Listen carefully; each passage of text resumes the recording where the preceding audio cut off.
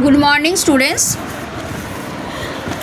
আজকে আমি তোমাদের পথের দাবি যে গল্পটা আছে তোমাদের পাঠ্যে, সেই পথের দাবির ওপর প্রশ্নোত্তর পর্ব আলোচনা করব। এবার দেখো, প্রশ্নোত্তর পর্বের ক্ষেত্রে দুটো পর্বে আমি ভাগ করেছি, বড় গল্প, সেই জন্য প্রথম পর্বের প্রশ্নোত্তর পর্ব এখানে আমি আলোচনা করছি। আমি ক্লাস নিয়েছি, আমি সম্পূর্ণ গল্প পড়িয়ে আমি অন্তর্নিহিত তাৎপর্য, অর্থ যা যা আছে সব বুঝিয়ে দিয়েছি। আমি বাহ্যিক অর্থ বুঝিয়ে দিয়েছি, সব বুঝিয়ে দিয়েছি, পড়িয়ে দিয়েছি। আজকে প্রশ্নোত্তর পর্বের প্রথম পর্ব আমি আলোচনা করব। চলে আসছি প্রথম প্রশ্নে। সম্মুখের হলঘরে কজন বাঙালি ছিল? দেখো, সম্মুখের হলঘরে কজন বাঙালি ছিল? উত্তর হবে 6 জন।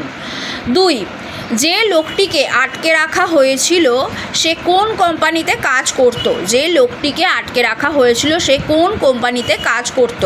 উত্তর হবে উত্তর ব্রহ্মে বর্মা অয়েল কোম্পানির তেলের খনির কারখানায় মিস্ত্রির কাজ করত।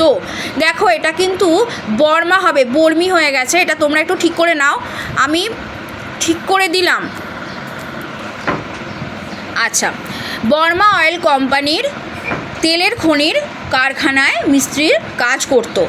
3 নম্বর প্রশ্ন, লোকটি কাশিতে কাশিতে আসিল। দেখো, লোকটি কাশিতে কাশিতে আসিল, লোকটিকে? উত্তর হবে লোকটি হলো political suspect Sabyasachi Mallick. MCQ প্রশ্নে কিন্তু আসবে, এছাড়াও তোমাদের শর্ট প্রশ্ন, যেটা 1 নম্বর শর্ট প্রশ্ন, সেখানেও কিন্তু এই প্রশ্নটা আসতে পারে। আচ্ছা, চলে যাচ্ছি পরের প্রশ্নে। লোকটির বয়স কত? লোকটির বয়স কত? উত্তর হলো 30-32-এর অধিক নয়। দেখো, শর্ট প্রশ্ন অনুযায়ী তোমরা পড়বে এমসিকিউ এর পাশাপাশি, আমি বারবার বলে দিচ্ছি। পরের প্রশ্ন, বাবুটির স্বাস্থ্য গেছে কিন্তু শখ 16 আনাই বজায় আছে, কার উক্তি? বাবুটির স্বাস্থ্য গেছে কিন্তু শখ 16 আনাই বজায় আছে, কার উক্তি? উত্তর হলো অপূর্বর উক্তি। চলে যাচ্ছি পরের প্রশ্নে। পথের দাবি ছোট গল্পটি কার রচনা? পথের দাবি ছোট গল্পটি কার রচনা? উত্তর হবে কথা সাহিত্যিক শরৎচন্দ্র চট্টোপাধ্যায়ের রচনা হলো পথের দাবি ছোট গল্পটি। পরের প্রশ্ন, পথের দাবি ছোট গল্পটির উৎস কী? পথের দাবি ছোট গল্পটির উৎস কী? পথের দাবি ছোট গল্পটির উৎসই হলো পথের দাবি উপন্যাস। পথের দাবি উপন্যাস, পথের দাবি গল্পটা আমি পড়ানোর সঙ্গে সঙ্গে আমি তোমাদের তখনই বলেছিলাম যে এটা শরৎচন্দ্র চট্টোপাধ্যায়ের লেখা পথের দাবি, যে দেশাত্মবোধক উপন্যাস আছে সেইখান থেকে কিছুটা অংশ তুলে ধরে তোমাদের পাঠ্য বইয়ে দেওয়া আছে, সেইটাই হলো ছোট গল্প আকারে তোমরা পড়ছো, তাহলে উৎস হবে পথের দাবি উপন্যাস। পরের প্রশ্ন, লোকটির গায়ে কী পোশাক? পোশাক বানান দেখো, মূর্ধন্য সহায়িকা ক হয়, তালবের সহায়িকা কও হয়, সেই জন্য এখন বেশিরভাগ সবাই তালবের সহায়িকা কই লেখে, তাই আমি দুটোই অবলিক দিয়ে লিখেছি। লোকটির গায়ে কি পোশাক ছিল? উত্তর হবে জাপানি সিল্কের রামধনু রঙের চুড়িদার পাঞ্জাবি। চলে যাচ্ছি পরের প্রশ্নে।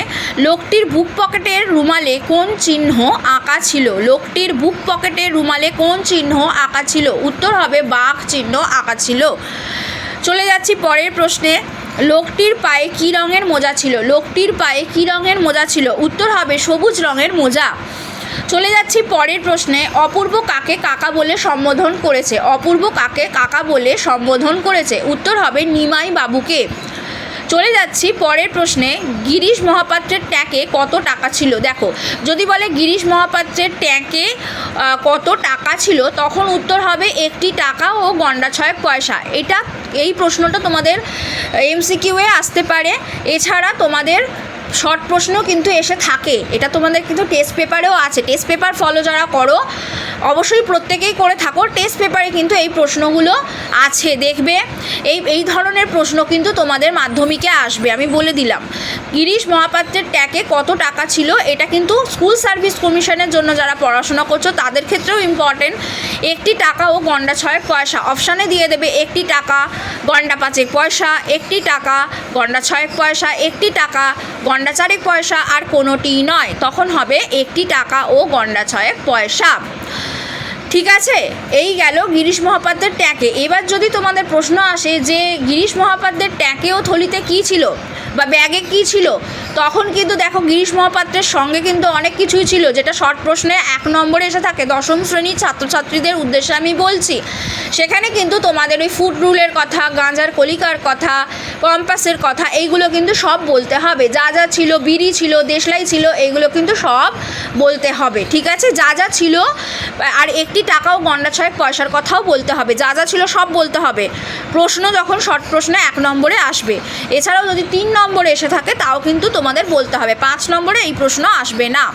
আর এমসিকিউয়ে যদি এই প্রশ্নটা আসে ট্যাঁকের কথা, তখন কিন্তু 1 টাকা ও গন্ডা 6 পয়সার কথা বলতে হবে। চলে যাচ্ছি পরের প্রশ্নে। এই বস্তুটি পকেটে কেন? এই বস্তুটি পকেটে কেন? কোন বস্তুর কথা বলা হয়েছে? উত্তর হবে গিরিশ মহাপাত্রের পকেটে থাকা গাঁজার কলিকার কথা বলা হয়েছে, ঠিক আছে? এইটা তোমাদের ধরো দিল অপশানে গাঁজার কলিকা, গাঁজার কলকে, গাঁজার, শুধু দিল গাঁজা আর দিল কোনোটিই নয়, তখন কি হবে উত্তর? গাঁজার কলিকা। এবং আমি কিন্তু সকলের উদ্দেশ্যে আমি প্রশ্নোত্তর পর্বটা বানিয়েছি। এই প্রশ্নোত্তর পর্ব কিন্তু সকলের উদ্দেশ্যে, আমার দশম শ্রেণীর ছাত্রছাত্রীদের উদ্দেশ্যে, আমার স্কুল সার্ভিস কমিশনের জন্য যারা পড়াশোনা করছে তাদের উদ্দেশ্যে। সুতরাং তারা বুঝতেই পারছো, এখানে তোমরা প্রশ্নর উত্তরগুলো ভালো করে পড়লে তোমরা কিন্তু অবশ্যই আসল জায়গায় সঠিক জিনিসটা ক্লিক করে আসতে পারবে। পরের প্রশ্ন, বুড়ো মানুষের কথাটা শুনো। বুড়ো মানুষের কথাটা শুনো। এখানে বুড়ো মানুষকে উত্তর হবে নিমাইবাবু। নিমাইবাবু হলো এখানে বুড়ো মানুষ, ঠিক আছে? পরের প্রশ্ন, মিথ্যেবাদী কোথাকার? মিথ্যেবাদী কোথাকার কথাটি কে বলল? কথাটি বলল জগদীশ বাবু। কাকে বলেছিল বলো তো? মিথ্যেবাদী কোথাকার কথাটা বলেছিল গিরিশ মহাপাত্রকে। কেন বলেছিল? যখন গিরিশ মহাপাত্রের পকেটে গাঁজার কলকাটা পড়ে গিয়েছিল, তখন যখন জিজ্ঞেস করেছিল এটা কি, তখন গিরিশ মহাপাত্র কি বলেছিল? বলেছিল এটা গাঁজার কলকে বা গাঁজার কলিকা, ঠিক আছে? যা বইয়ে আছে তাই, গাঁজার কলিকা। তখন বলেছিল তুমি কি গাঁজা খাও? তখন বলেছিল না, আমাকে যদি কাউকে সেজে দিতে হয় তখন আমি দিই, নিজে খাইনি পরকে সেজে দিই, নিজে খাইনি পরকে সেজে দিই, ঠিক আছে? তো এই কথাটা বলার পরে জগদীশবাবু বলেছিল মিথ্যাবাদী কোথাকার, নিজের পকেটে রেখে দিয়েছে অথচ নিজে খায় না পরকে সেজে দেয়, এটা মিথ্যে কথা। সেই জন্য এই কথাটা বা এই প্রসঙ্গ এসেছে। শর্ট প্রশ্নে যদি আসে 1 নম্বরে বা 3 নম্বরে যদি তোমাদের প্রশ্নে এসে থাকে, উত্তরটা কিন্তু এটাই হবে, ঠিক আছে? চলে যাচ্ছি পরের প্রশ্নে। গল্পে কোন ট্রেনের দিকে দৃষ্টি রাখার কথা বলা হয়েছে? উত্তর হবে রাতের মেল ট্রেনের দিকে। রাতের মেল ট্রেনের দিকে। পরের প্রশ্ন দেখো, গিরিশ মহাপাত্রের সঙ্গে কী ছিল? গিরিশ মহাপাত্রের সঙ্গে কী ছিল? উত্তর হবে ভাঙা টিনের তোরঙ্গ ও চাটাই জড়ানো ময়লা বিছানার বান্ডিল। ভাঙা টিনের তোরঙ্গ ও চাটাই জড়ানো ময়লা বিছানার বান্ডিল। এবার ধরো তোমাদের এরা এমসিকিউ এলো, ভাঙা টিনের তোরঙ্গ ও চাটাই জড়ানো ময়লা বিছানা, বান্ডিলটা দিল না, এইভাবে অপশানে থাকবে। এবার তোমাদের সঠিকটা জেনে ক্লিক করতে হবে। চলে যাচ্ছি পরের প্রশ্নে। মহাপাত্র তার জিনিসপত্র নিয়ে কোন দিকে অগ্রসর হলো? মহাপাত্র তার জিনিসপত্র নিয়ে কোন দিকে অগ্রসর হলো? ভেরি ভেরি ইম্পর্ট্যান্ট প্রশ্ন।